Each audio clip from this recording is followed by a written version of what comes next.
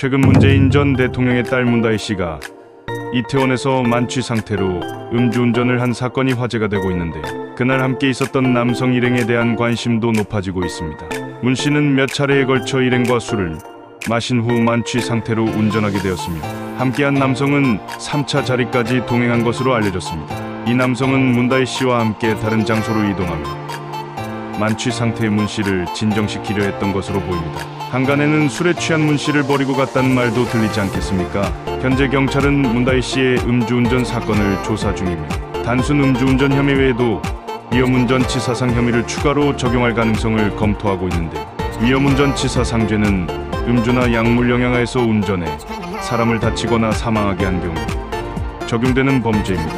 이 법은 음주운전이 일반적인 교통사고보다 훨씬 위험한 상황을 초래할 수 있다는 판단에 근거해 만들어졌는데, 처벌 수위는 매우 엄격하며 사망 사고의 경우 무기징역 또는 3년 이상의 징역형이, 상해 사고의 경우 1년 이상 15년 이하의 징역형이 부과될 수 있습니다.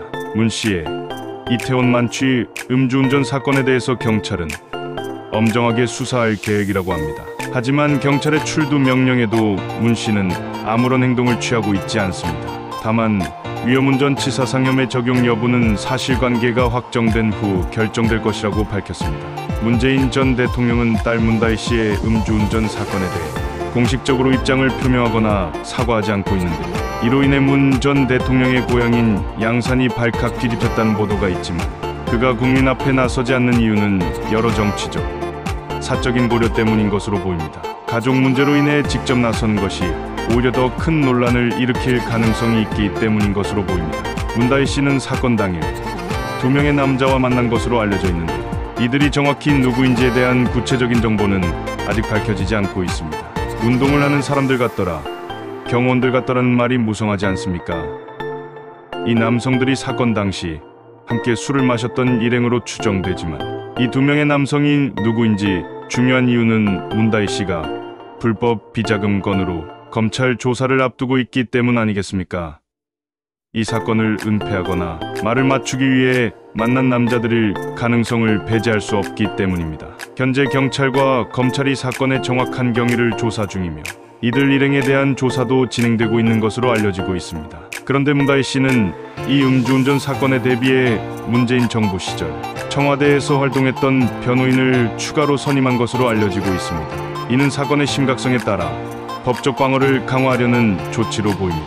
그리고 음주운전으로 인해 법적 대응이 필요한 상황이라 청와대 출신의 경험이 풍부한 변호사의 지원을 받으려는 의도로 추정됩니다. 그러나 아직 변호사의 구체적인 이름은 일반에 공개되지 않고 있습니다. 문 전 대통령과의 인연이 있는 인물일 가능성이 큰 것으로 예상할 뿐입니다. 문다희 씨의 음주운전 사고로 피해를 입은 택시기사는 사고 당시 통증을 호소했지만, 아직 구체적인 진단서는 제출되지 않은 상태라고 합니다. 경찰은 이 상황을 바탕으로 문 씨에게 위험운전치사상 혐의를 추가할지 검토 중입니다. 피해자 측의 합의 여부에 대한 언급은 아직 없으며, 경찰 조사 과정에서 구체적인 상황이 드러날 것으로 보입니다. 현재 문다희 씨는 경찰 소환 일정을 조율하고 있습니다.